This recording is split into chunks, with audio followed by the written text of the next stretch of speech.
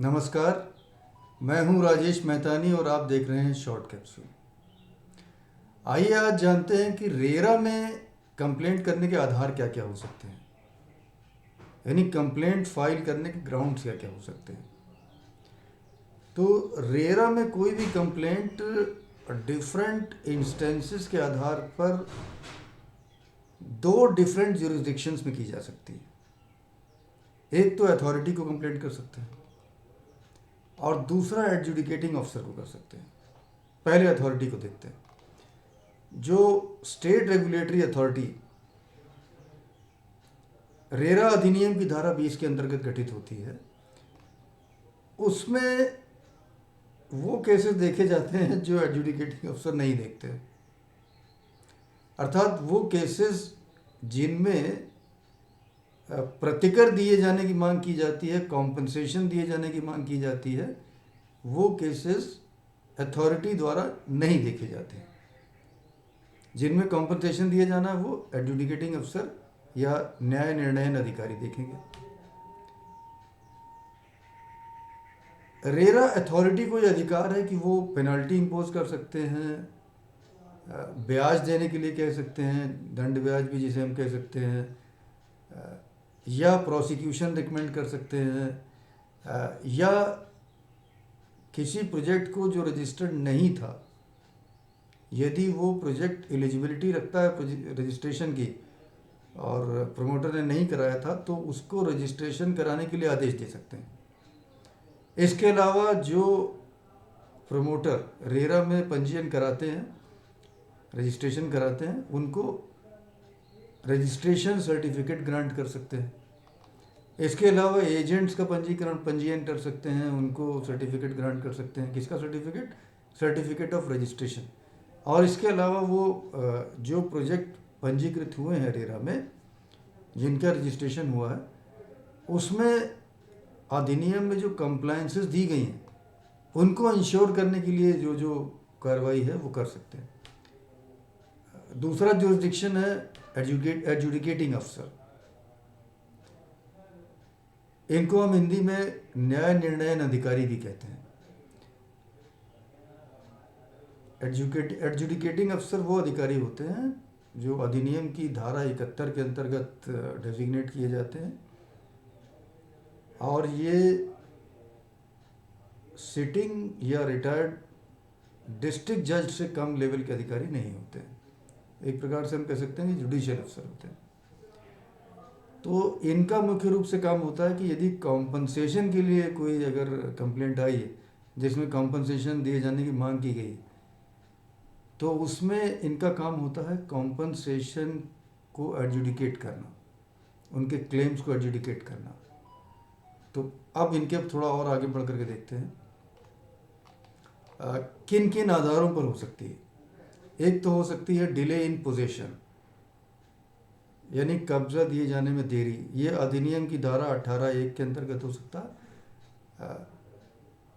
जो agreement for sale है, जो बिल्डर और बायर के बीच में हुआ है, इसमें जो डेट ऑफ पोजीशन दी गई है, अगर उस तिथि को कब्जा नहीं दिया जाता है या उस तिथि तक कब्जा नहीं दिया जाता है, कुछ मामलों में ग्रेस पीरियड भी लिखा रहता है।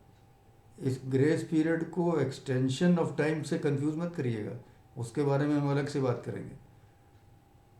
कहीं कहीं पे ब्रोशर में ही लिखा रहता है कि इतने दिन में दे देंगे with a grace period of so such and such time, 2 महीने, 3 महीने, 6 महीने, वो लिखा रहता है। तो वो ग्रेस पीरियड को जोड़ते हुए अगर उस पीरियड में प्रमोटर ने कब्जा नहीं दिया है तो अलॉटी कंप्लेंट फाइल कर सकता है अधिनियम की धारा 18(1) में। इसके अलावा अगर फॉल्स एडवर्टीजमेंट का केस है, कहा कुछ, दिखाया कुछ, बताया कुछ और दिया कुछ और, मैंने सब कुछ कह दिया। कहा, दिखाया, कोई पिक्चर दिखा दी, कोई वीडियो दिखा दी, मॉडल हाउस दिखा दिया, तो अधिनियम की धारा 12 में ये व्यवस्था है कि अगर फॉल्स एडवर्टीजमेंट है तो ये धारा 12 भी ये कहती है कि जो प्रमोटर है वो किसी भी फॉर्म में वो डिस्प्ले या एडवर्टाइज अगर कुछ करता है जिसके आधार पर अलॉटी अपार्टमेंट या फ्लैट खरीदता है और बाद में पता लगता है कि वो विज्ञापन झूठ था, जो कहा गया, जैसा कहा गया, जैसा दिखाया गया वैसा मिला नहीं। कभी कभी कुछ मार्केटिंग टैक्टिक्स भी होती हैं ना, कि कहो कुछ दो कुछ, किसी और भी कम्युनिकेशन के चैनल हो सकते हैं, और उसकी वजह से एलओटी को कुछ डैमेजेस हुए फॉल्स एडवर्टीजमेंट की वजह से, तो अधिनियम की धारा 12 के अंतर्गत कंप्लेंट की जा सकती है। इसके अलावा एक ग्राउंड हो सकता है कि एडवांस पेमेंट जो है वो 10% से अधिक हो गया। यहाँ अप्लाई होता है अधिनियम की धारा 13 सेक्शन 13। तो सेक्शन 13 ये कहता है कि कोई भी प्रमोटर अपार्टमेंट की कॉस्ट के 10% से अधिक एडवांस या किसी भी प्रकार का कोई पेमेंट तब तक नहीं ले सकता जब तक कि वो एग्रीमेंट फॉर सेल न कर ले।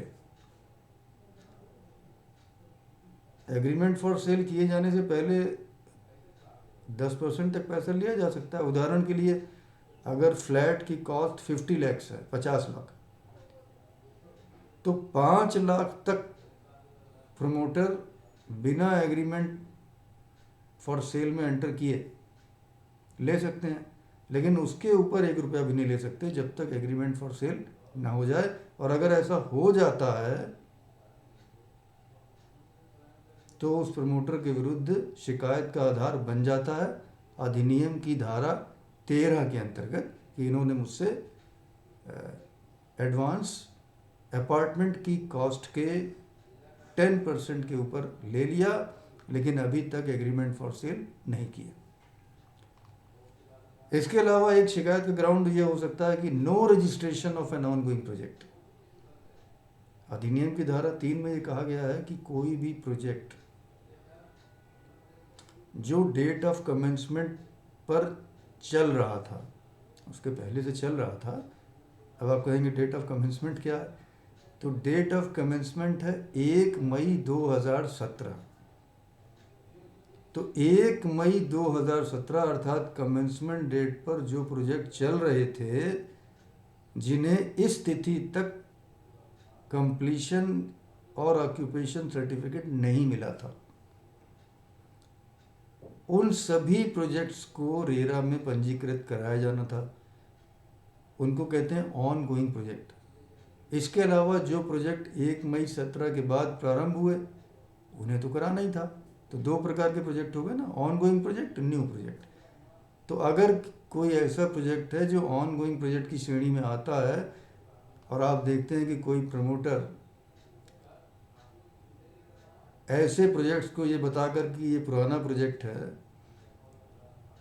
और उसमें मार्केटिंग कर रहे हैं, तो उसमें ग्राउंड बनता है कि ये this project is eligible for registration, क्योंकि ये प्रोजेक्ट 1 मई 17 से पहले चल रहा था और 1 मई 2017 को इस प्रोजेक्ट तक 1 मई 2017 तक इस प्रोजेक्ट को कंप्लीशन सर्टिफिकेट नहीं मिला था और इन्होंने रेरा में पंजीयन नहीं कराया, तो this is a ground of complaint. इस आधार पर भी अथॉरिटी के पास शिकायत की जा सकती है।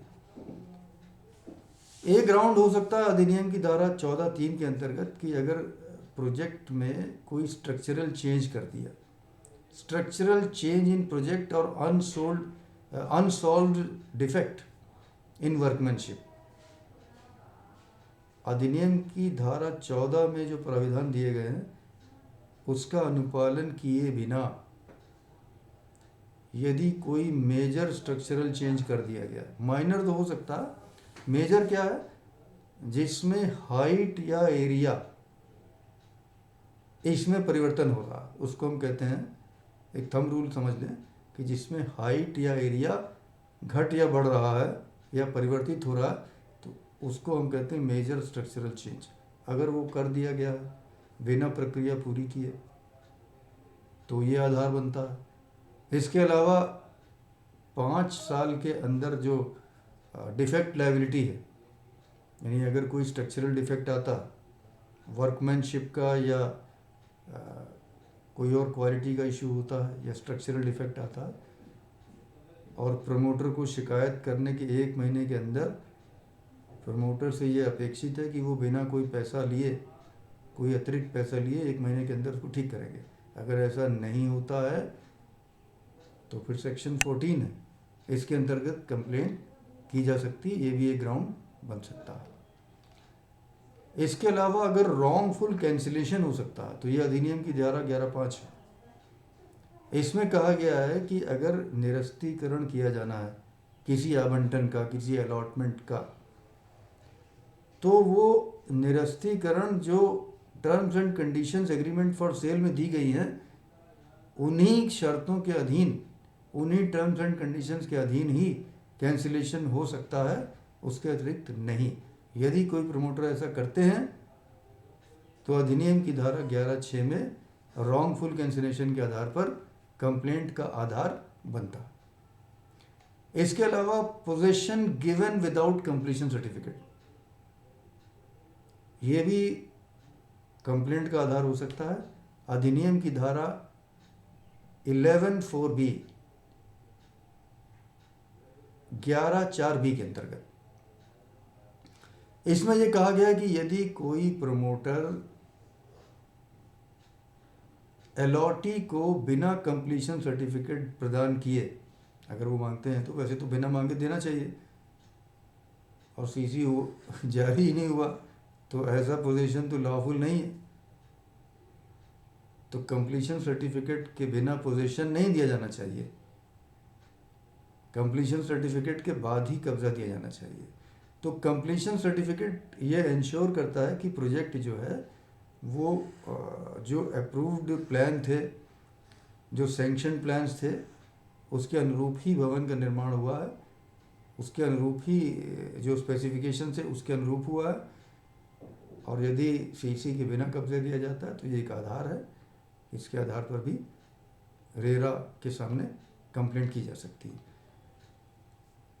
एक आधार और मैं आपको बताता हूँ, धारा 15 के अंतर्गत ये कहा गया है कि अगर कोई प्रमोटर किसी थर्ड पार्टी को अपना रियल एस्टेट प्रोजेक्ट ट्रांसफर कर देता है, कोई ऐसा प्रोजेक्ट है जिसमें किसी अलॉटी को अलॉटमेंट किया गया है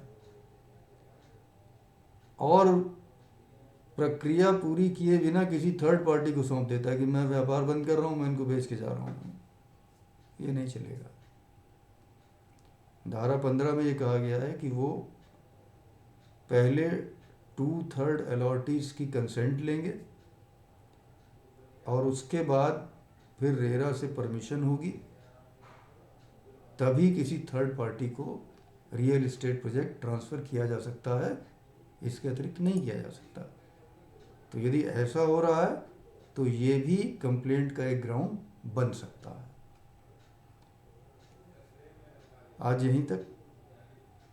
यदि आपको ये चर्चा अच्छी लगी हो, ये वीडियो आपको पसंद आया हो और आपने अब तक मेरे चैनल को सब्सक्राइब न किया हो तो कृपया उसे अभी सब्सक्राइब कर दीजिए। मेरे चैनल को लाइक करना और अधिक से अधिक शेयर करना मत भूलिएगा, ताकि मेरी बातें अधिक से अधिक लोगों तक पहुंच सकें। आपने मेरा वीडियो अंत तक देखा, इसके लिए आपका आभार। बहुत जल्द एक नए वीडियो में एक नए विषय के साथ आपसे फिर भेंट होगी। तब तक के लिए आपसे अनुमति चाहेंगे। नमस्कार।